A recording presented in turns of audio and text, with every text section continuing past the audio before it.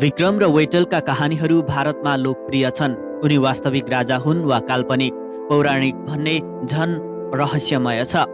लख काटेरै केही कुरा भन्नुपर्दा उनी दुवै हुन सक्छन्, वास्तविक पनि पौराणिक पनि। उनैको नामबाट सुरु भएको हो विक्रम सम्वत। हामी आज यी रहस्यमय राजालाई सूक्ष्म ढङ्गले केलाउने प्रयास गर्नेछौँ।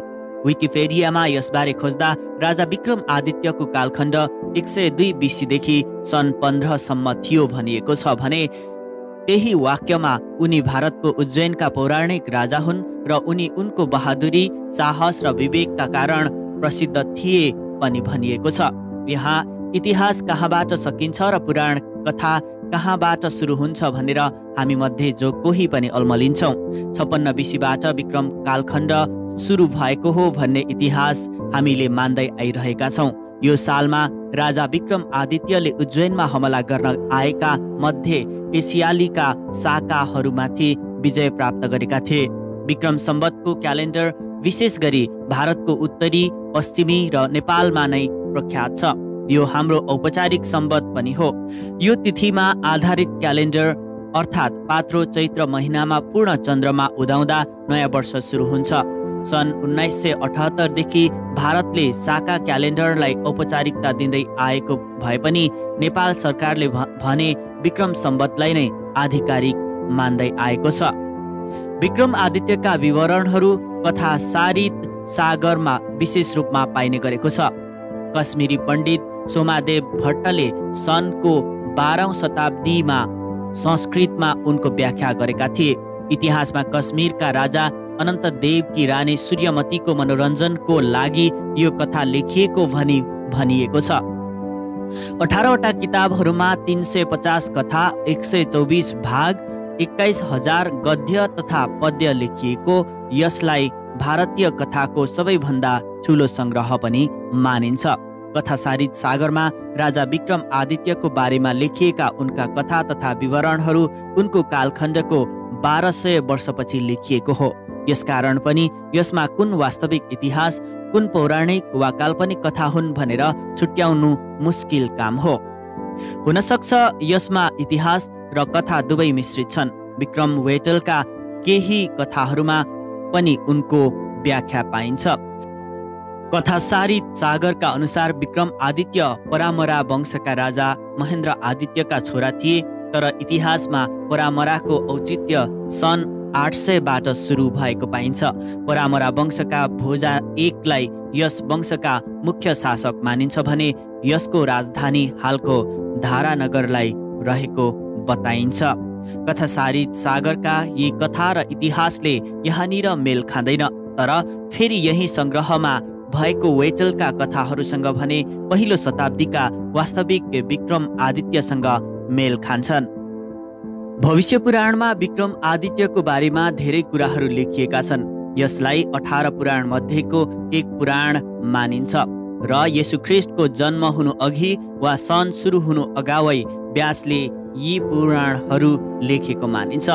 भविष्य पुराणमा भविष्यमा हुने घटनालाई इतिहास जस्तै गरी लेखिएको र यो शिव, विष्णु, सूर्य आदि भगवानको महिमा गाएर सुरु भएको बताइन्छ।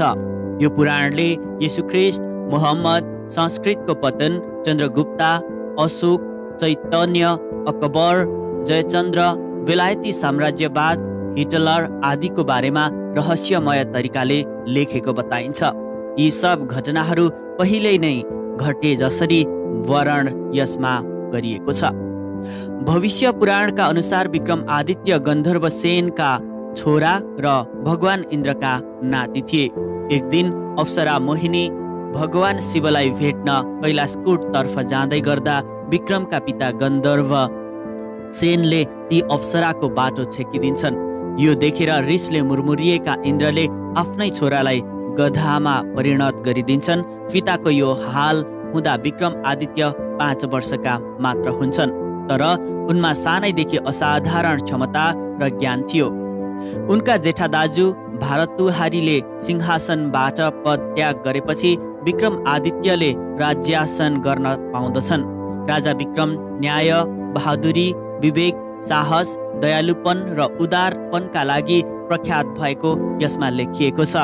सुन्दा मिथ्या नै लाग्ने यी पुराणका कुराहरू रहस्यमयी लाग्दछन्। उनका कथाहरू वेटाला, पश्चाभीम शक्ति, सिंहासन द्वात्रिमसिका लगायतमा पनि पाइन्छन्। भारतले औपचारिक रूपमा प्रयोग गर्ने गरेको क्यालेन्डर साका क्यालेन्डर पैठानका राजा सालिवाहनाको नामबाट आएको मानिन्छ। उनै राजा सालिवाहनालाई विक्रम आदित्यको नाति मानिन्छ। नेपालमा यस पात्रको प्रयोग आधिकारिक रूपमा चन्द्र शमशेरको पालादेखि सुरु भएको हो र त्यसभन्दा पहिले नेपालमा शक सम्वत तथा नेपाल सम्वत प्रयोग हुने गर्दथ्यो। अनि शक सम्वत 1823मा त्यस शक सम्वतलाई आधिकारिक प्रयोगबाट हटाइयो र विक्रम सम्वतको 1958 सालमा यो नेपालको आधिकारिक पात्रो बन्न पुग्यो भन्ने कसै कसैको भनाइ छ। तर लिच्छवी मल्लकाल सेन वंशका कतिपय शिलालेखहरूमा तथा पृथ्वीनारायण शाहका प्रारम्भिक शिलालेखहरूमा विक्रम सम्वत रहेकोले यो कथन झुटो ठहरिन्छ भन्ने मतहरू पनि पाइन्छ। तर जेसुकै भए पनि आधिकारिक सम्वत भने विक्रम सम्वत अघि शक सम्वत र नेपाल सम्वत थियो। यसरी आफ्नै देशका सम्वतलाई त्यागेर विक्रम सम्वतलाई अपनाएकोमा उति बेलादेखि अहिलेसम्म पनि विरोध र यस सम्वतलाई आगन्तुक मान्ने चलन पनि पाइन्छ। सरकार र समुदायले विक्रम सम्वत लगायत नेपाल सम्वत अनि अन्य नेपाली सम्वतलाई पनि उत्तिकै महत्त्व भने दिनुपर्ने देखिन्छ। विक्रम सम्वत भित्रैका धेरै चाडपर्व अनि जात्राहरू अन्य सम्वतमा आधारित छन्। राजा विक्रम आदित्यले चलाएका सम्वतले अब केही दिनमा 2079औं वर्षमा पाइला टेक्दैछ। विक्रम सम्वत बुझ्नेले यी राजालाई पनि चिन्न जरुरी देखिन्छ।